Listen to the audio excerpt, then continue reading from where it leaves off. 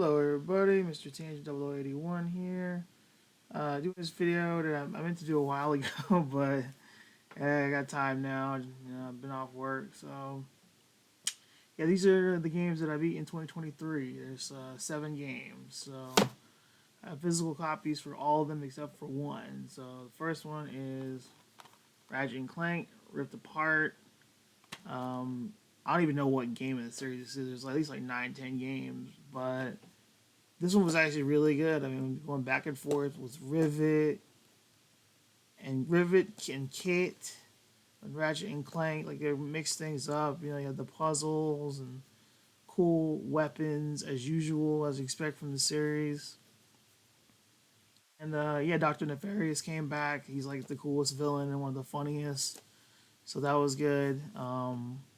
I don't know. Yeah, last Ratchet and Clank game I played was the one on PS4, which is I guess like a remake slash movie tie-in game. Still haven't seen the movie yet, but from previews it doesn't look that bad. I think some people reviewed it kind of bad, but they got like a lot of the same cast, so I don't really see what the big fuss is all about. But yeah, anyway, yeah, Rift Apart, yeah, definitely really good. I think it has some DLC. And as usual, Ratchet and Clank games, once you beat them, then you can go through again on challenge mode, and you can upgrade your weapons to like Omega level or Gold level, whatever it is. So yeah, that's all good. And you had like these collectible items or trophies or something, Lombax trophies or something. And there's something, and I'm at least like 70 to 80%, done with the trophies. I probably will 100% it. I imagine. I tend to 100% like platformers because it's not super demanding compared to an RPG where you might need to like put 100 to 200 hours in a game, just to get everything. With Ratchet and Clank, it's always like maybe an 8 to 10 hour game. It's not too big, not too long, but there's still plenty to do, and it's very enjoyable. You have the arenas and unlocking all the weapons. Like I got the Rhino. I don't even remember what number Rhino it was, but it's like one of the high level rhinos, and it basically does like little black holes that have like things flying through it. So it's pretty cool. Um, yeah, I think they brought some weapons back. Like I think there was like a saw blade gun or something, and leveling them up was nice. And they have the little skill trees, and you can customize how you want to upgrade them. And yeah, just solid all around. I mean, the rift mechanic I really like. I feel like that is something that only could be done on PS5. I don't think you could have pulled off on PS4. So that feels like a nice, significant upgrade. And yeah, game looks good. I heard the game costs a lot of money to make, and like I don't know if it sold enough to make the money back. But Insomniac's busy with the Spider-Man, and they have Wolverine coming, probably Venom too, I think. So they're busy, all these Marvel stuff.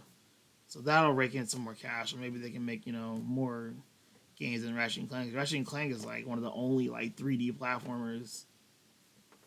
The old 3D platformers that's still around from like the PS2 days. Like none of the other series from the PS2 days, or like Sly Cooper or Jack and Daxter, they're not even around anymore. Not sure why. Well, I'm not 100% sure why, but like it's possibly because like the developers that made it, they're on to other things and they don't want to go back. Like, but overall, yeah, I think it was a really good game. One of my favorites in the series. I mean, I always like the second and third Ratchet and Clanks the most. Like going commando and up your arsenal because they just improve constantly. But Isaac Rift Apart is definitely one of the best in the whole franchise. All right, on to the next game. Which, speaking of 3D platformers, it's A Hat in Time. Which, like, this was a nice big surprise. I saw reviews and other people, talking about this game, and it seems like it has a nice sense of humor. Um, I played, I think 2 years ago, I beat Mario 64 because Nintendo had that little limited edition Mario 3D collection or All Stars, whatever it was. And I was like, huh. Well, they have Mario Galaxy, which I played but never beat. Sunshine, I have a GameCube, and my current Wii doesn't read GameCube discs. It doesn't even have the controller ports. So I was like, okay, let me try this. I had time. It's like another 3D platformer, like kind of dedicated to like Super Mario 64. Possible, Banjo Kazooie, that type of stuff. And I really like this game a lot. I think it's fantastic. The controls are brilliant. The sense of humor is spot on. The horror level is like a left turn that I didn't really expect, but it's still really, really good and highly enjoyable. I think things that stand out. Oh, the different hats. Like I don't know, you can just basically do a Kamehameha with this one hat, and you can like charge it. It has like different levels of Kamehameha, so you got like 3 levels, so you can charge it up. And it's not really necessary to even do, but it's just fun that they put it in there. And you know, like the ice hat, we get on different ice platforms and flip around different areas, and like the big giant area where there's like a whole lot of different areas to go to. That one was fun, but before that, I guess it's, it is very Mario 64 like. I mean, the first game I played that was like that was a Gex 3, like Deep Cover Gecko. Because I mean, my experience like with PS1 goes back to like Crash Bandicoot Warp. That's the first game that my stepdad got for my PS1, and I love that. But that made me go back and like rent Crash 2.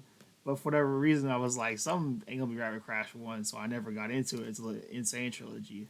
And yeah, they didn't know what they were doing. But these guys, Gears for Breakfast, Humble Games of the publisher, like, yeah, they went all in.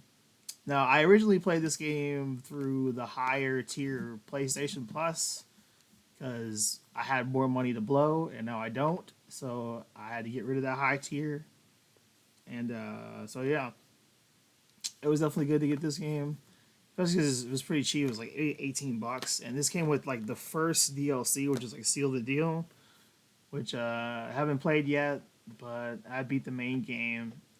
Probably will try to 100% it, but some of these trophies are very obtuse and secretive and seem kind of hard to do. So, yeah, if it's too hard to do, I'll be like, nah, I'm not going to bother with it. But, like, I 100%ed, like, Jack and Daxter when re released on PS4, and Ukulele and the Impossible Lair. So, like, I mean, the Jack and Daxter, I already beat that game a long time ago, so I was like, I've done this before, I can do it again. But the Ukulele Impossible Lair, that one was that I kind of needed like I got a video guide for that one because there was a lot of secret obtuse things that I couldn't really figure out. But yeah, I mean, Hat Kid, the movie set. I like the different movie set stage where you could like go through the train. You had to like solve the mystery, and there was like a disco bird and then some other bird, and they were like competing. You had to figure out which one to get the highest amount of points. And I'm pretty sure there's a trophy for that one, but I don't think I got the highest points. But yeah, just fun level design. Crazy concepts. Pretty good voice acting. The second DLC is like Yakuza Metro, which I think has like a Yakuza reference. So that was pretty unexpected. There's a really hard mode called Death Wish. Yeah, I don't know. I'll try it. I'll see how much I can get punished, but punishing 3D platformer reminds me of like Maximo. I'm sure people remember that. Those were like two games that Capcom put out on the PS2. They probably didn't sell very well. That's why we didn't get a third one. I heard that it was made by an American studio and they had to close down after a while. But they brought Ghosts and Goblins back. They probably wouldn't bring Maximo back. They should though. Games were fun. I mean, just yeah, get rid of like the continue system where you had to like pay some kind of in-game currency just to continue, and it wasn't super hard to find, but it was still like, yeah, this is a bit of a hassle. And yeah, overall, Hat in Time, amazing.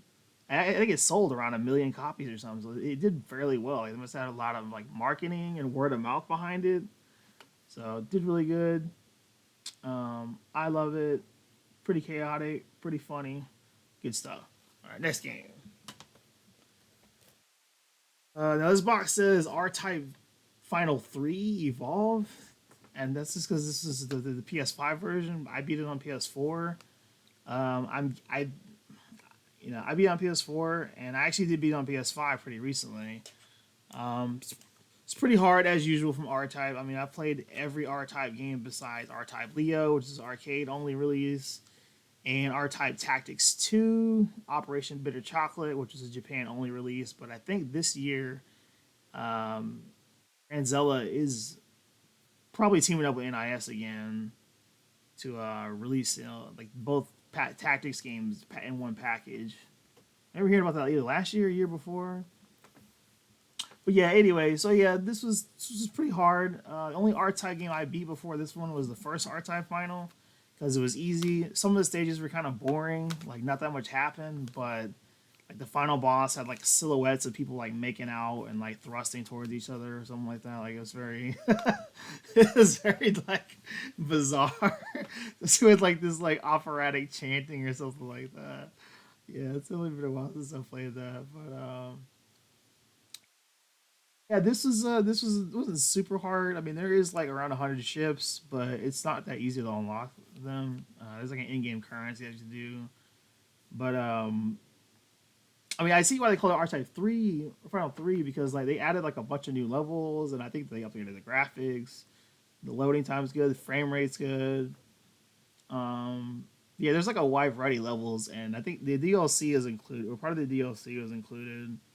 And this is the large edition. It comes with a soundtrack and like a little art book that has like an interview, I think, with Kazuma Kujo, who's like the head game designer of Grand Zella. He used to work for IRM, but I guess like they got permission from IRM. I mean, IRM hasn't made any games in a long time. They're doing nothing but pachinko stuff right now, so they don't even care.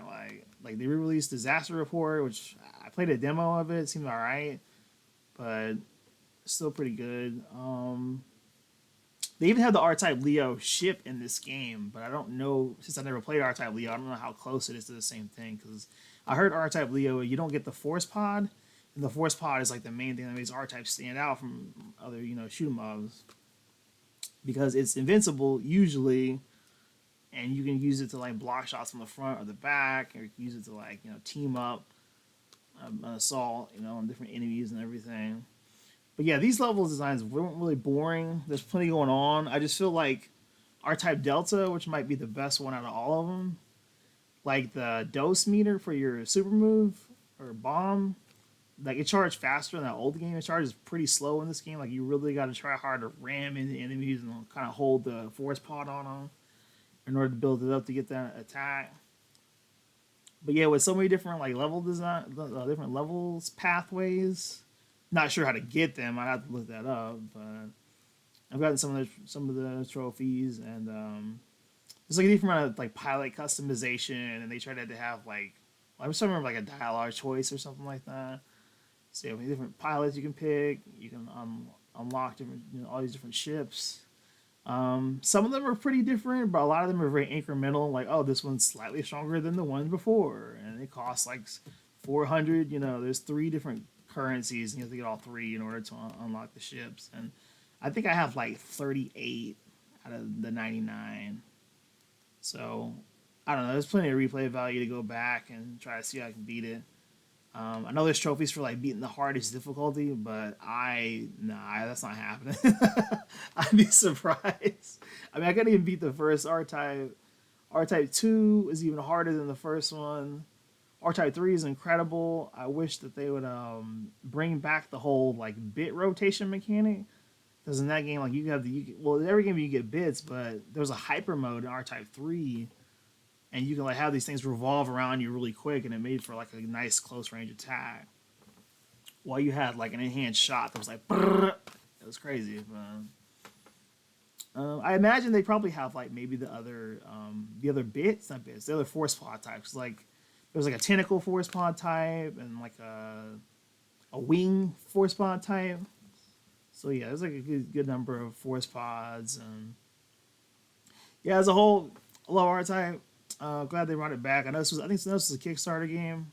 I didn't support it. I don't think I've supported any Kickstarter, mostly because I probably didn't have the money, or I've heard, what if they don't finish it? So I don't know. Things could happen, but they came through, and this is definitely a good. Always shoot 'em up. Yeah, not too big of a download. I'll have to read the interview to see what that's all about.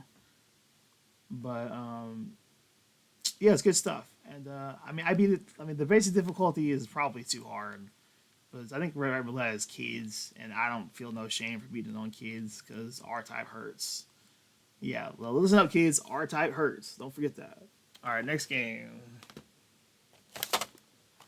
Horizon Zero Dawn. Yeah, because the second one was coming out, I was like, okay, let me finish this one. I started it a while ago, and I never finished it. I don't remember why. There were other games that got in the way, and so I forgot about it.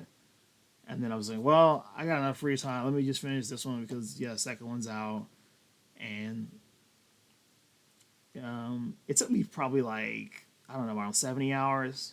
I tried to 100% it, but I don't know. I didn't really feel like collecting like the armor that supposedly makes you invincible. I'm like, the game's not that hard.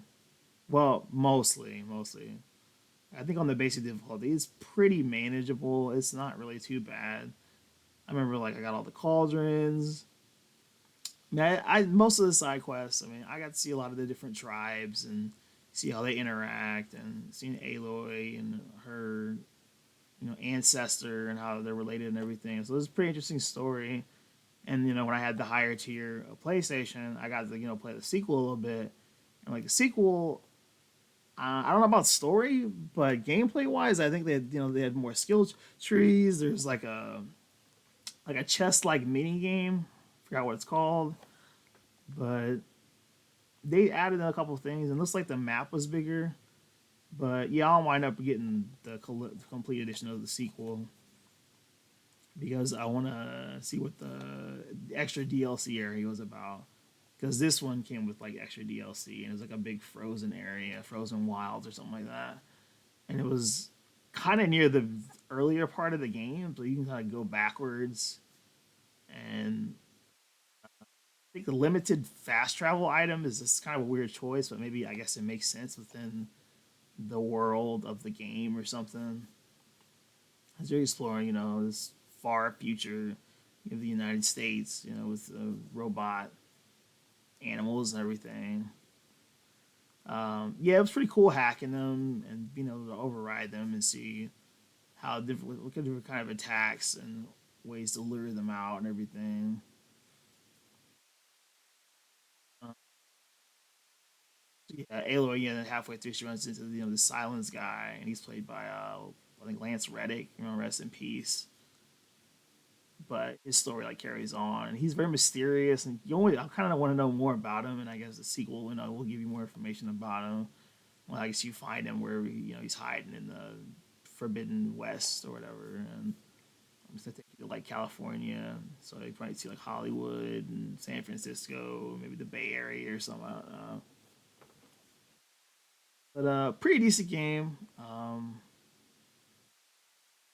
Favorite, but it was solid like debut from. Pretty sure it sold really well. I mean, this was like maybe $20. Like it got really cheap. So yeah, solid debut for a good franchise. Not sure where they're gonna take it next, but I'll when I get the second game, I'll find out. All right, next game. And Rocky Reshrine. Yeah, this one was this was highly anticipated ever since I think it's what is that? Natsume Atari. I think that's like the new company that's like doing these Super Nintendo remakes slash remasters, but adding stuff. So it's like it looks like the old game, but they added new things. So I don't know. I mean, like that's remaster plus. I don't know. Because this one has like they added like three characters, and in the well, you have to play single player because you have to unlock the co-op, which is kind of disappointing. But as expected, ridiculously hard. I mean, I've played the first two Pocky and Rockies and I never beat them because punishing like, is so hard. Like cute but difficult, like Pocky and Rocky. I mean, like oh man, it's very, very hard. And then I think the first time I played Pocky and Rocky, there's like a spiritual predecessor called Mamoru-kun Curse, which was on PS3 only, and it kind of feels like it, but the way that they just did Mamoru-kun is they kind of had a twin stick mode or twin stick controls you could do. And I was trying to play Pocky and Rocky like a twin stick, and I was like, no, no, no, no, no, no, that's not it's not a twin stick game. I wouldn't mind it if it was, but yeah, it's definitely not a 26 game. Like I died real fast, and I was like, okay, I'm doing this all wrong. I gotta rethink my way to how I want to play this game. And it's like, yeah, wow, that's crazy. But so yeah, you unlock like an in-game currency, and yeah, trying to beat the base difficulty. I don't know. You deserve like I don't know to be mayor of your town or something. Like if you beat that, like it's insane. But I mean, I got like a few levels in, but I forget how many levels there is altogether. Um, yeah, you start as Pocky, and then you eventually become Rocky. I forgot the other characters' names, but you get to play as them too. But they all have like different gimmicks, and there's like new power ups. So it's a pretty sizable upgrade. You know, it's kind of like a revisiting plus slash sequel. And I think yeah, not to Matar, they did a good job. Serious fun, you know their motto. But this was also like maybe like $20. Wasn't that expensive. Yeah, very painful. But there is after you get to a certain amount of currency, you can unlock an easy mode. So yeah, I went to the easy mode. Yeah, I can't help it. Like I love the game, but oh, it's so hard. But maybe it's easier with a friend because he doesn't unlock the co-op, and maybe I'll play that again with somebody. Maybe Fletcher or somebody. I don't know. And then last game, which was well, actually no, this isn't the last game. This is Densetsu no Starfy 3 or Legendary Starfy 3. Yeah, this is these are apparently this was like 20-30 bucks. Like these are not very expensive to get a hold of. We got the DS one, which I have, and I've beaten it, and it's not super hard. I mean, if you compare it to anything, you kind of say it's like an underwater Kirby.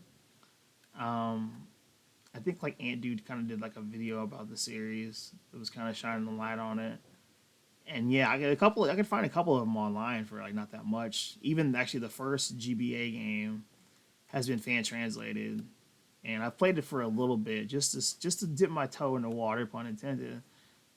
And yeah, it's just pretty good. Like, these games are really enjoyable, and I'm like, I don't really understand why they didn't release them in English. Like, I don't get it. I mean, but there's barely any kanji in this game. Like, yeah, hardly any kanji mostly. So if you're like me, you know, Japanese student learning Japanese, and you can read a lot of the hiragana and the katakana that's in the game.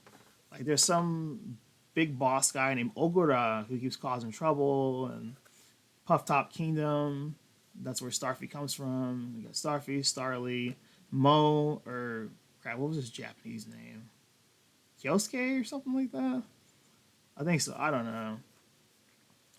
But there's like every time you beat the world, you collect the uh, little orbs, and you get a certain number of orbs, and you can unlock different things, and you save with the mermaids, and there's even a little shark friend this time around.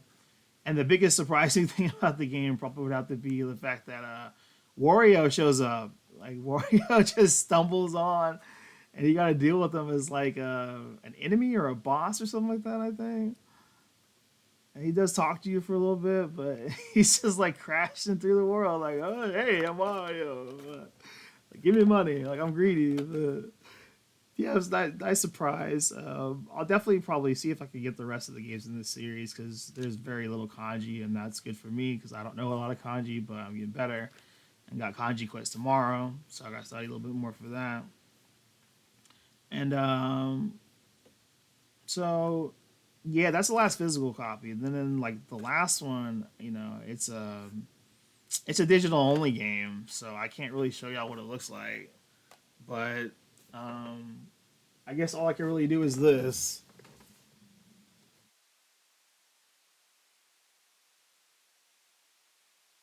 You see, Mega Man 11. So yeah, it plays like Mega Man. It's 20XX. Yeah, there's no physical copy that exists of it, but I got that for very cheap, maybe 10, 15, possibly less dollars. I was like, okay, you take Mega Man and a roguelike and co-op. And I'm like, co-op, that's been a requested feature for a long time, and I think maybe Mega Man 9 or 10 was supposed to have it, but it got cut. So yeah, I mean, 20XX is outstanding. Like these guys get it. Like for battery stable, I think Fire Hose and Battery Staple Games, I think those are the developers. They definitely get it. Like the soundtrack, is kind of feels like Mega Man. You have two characters to start. One plays like Zero, that's Ace, and then Nina, she plays like Mega Man. But after you beat the game, which I did, and you get the nice ending, on the tropic beach or whatever, you unlock two more characters, which is, yeah, I forgot their names. But there's like an orange guy who kind of reminds me of Duo from Mega Man 8, if y'all played that one. And then the purple guy who's got like an energy whip, which that's remind me of Ratchet and Clank, because the third one I think you got an energy whip like that. And yeah, it's fantastic. Yeah, the randomly generated, the way you can go to these different challenge rooms and bonus areas and unlock different upgrades, and some of the upgrades stack, or you can switch them out. Currency, the healing, the fact you can sacrifice money sometimes for healing, and the bosses are pretty cool, but most of them are not super threatening, and I guess that's a good thing. They do have weaknesses, but it's kind of randomly generated, so you're like, I don't know. It's like you gotta look it up and see who's weak against what. Kind of like the older games. Yeah, this was done very very well. Haven't played the co-op. I think it's online only, or online and local. I'm not 100% sure. But I think there was two professors in this one. I think they're both evil, and they kind of taunt you from the sides in between each level, because you can pick which level you want to go to. After the first one, so you choose your own way of how you want to go through everything. And yeah, absolutely fantastic. Feels like Mega Man X or Mega Man Zero, with the wall jumping and the upgrading your shot or your melee weapon. So it's really fantastic, and I will be getting the sequel 30XX. And once I can get OBS, to work for me, I'll probably just like stream it or something, because it's looking pretty interesting. And actually, 30XX I've even heard like actually has what do you call that? Like classic Mega Man plus the roguelike and co-op. So I'm like, they're being Capcom at their own game. But I don't know. There was a Capcom survey. I still gotta go check that out, because maybe they'll try to bring some stuff back. I mean, for me, the best Mega Man was, I mean, 11 is really good. I think it's top five. But basically, I would say that, Mega Man Powered Up is the best. And they supported it online for like 16 years. So that was incredible. I mean, the fact that you can play as the bosses, and you can have a reason to not use the special weapons to unlock the bosses, and the bosses have their own unique play style. 100 challenge mode. We got well, you're supposed to get Proto Man if you could beat it, but you could just download it on the thing and roll with all her different costumes. Yeah, that was the best ever, and the level editor, that was incredible. I don't know why they didn't. Maybe maybe they rushed this one out the door and they didn't have the budget for a level editor, but I don't know. But yeah, 20XX, that's good, and that'd be it for the games I beat in 2023. So that's gonna do it for me. We'll see y'all in the next one, and yeah, I guess I'll probably put another link from my book. See y'all check that out. And I also got a new subscriber, so I'm up to 15 subscribers. So that's a pretty big deal for me, because I don't really like promote my stuff, and I don't really ask for nothing, and I just put my stuff out there. I hope people check it out and like it. Oh, and one last thing. Another reason why I gotta get OPS together. Dong Dong Never Die has a new version called Judgment Day, and I've been playing it, but it keeps glitching on me. But I don't know. I'll probably eventually try to put another video, because my biggest video is Dong Dong Never Die, the original, and I never, it lives up to the name. It never died. Like it came back. So like, it's crazy. Like they have one new character, which I think is a Cortone, something like that. She's like a VTuber. I don't really do VTubers, but she's pretty fun to play as. They gave everybody new moves. Because the one guy who looks like Zhe Liang, he can like do a sword summon move super now, and I think the guy with the lifesaver, I think his name is GAJ or something like that. Like he has like he can clone himself, and I'm like, this is insane. And then they added like Streets of Rage levels because they teased Streets of Rage in the first one. If you beat the game, you get a certain ending. Either the guy with the gas mask and the M16, or one of the other characters you play as. So they teased it and they brought it. And the first time I played it, basically like I don't know, I just I was stuck in the level. I couldn't get out. I couldn't move to the next stage. So I was like, well, we gotta shut that down. I can't run it full screen. I don't remember if you can run the original full screen. Um, there's a moves list, and it actually works. It's all in English, and it's done very well. So that's pretty cool. Um, yeah, anyway, I love it. So that's gonna do it for this video. Next one, hmm. Next video is probably gonna be.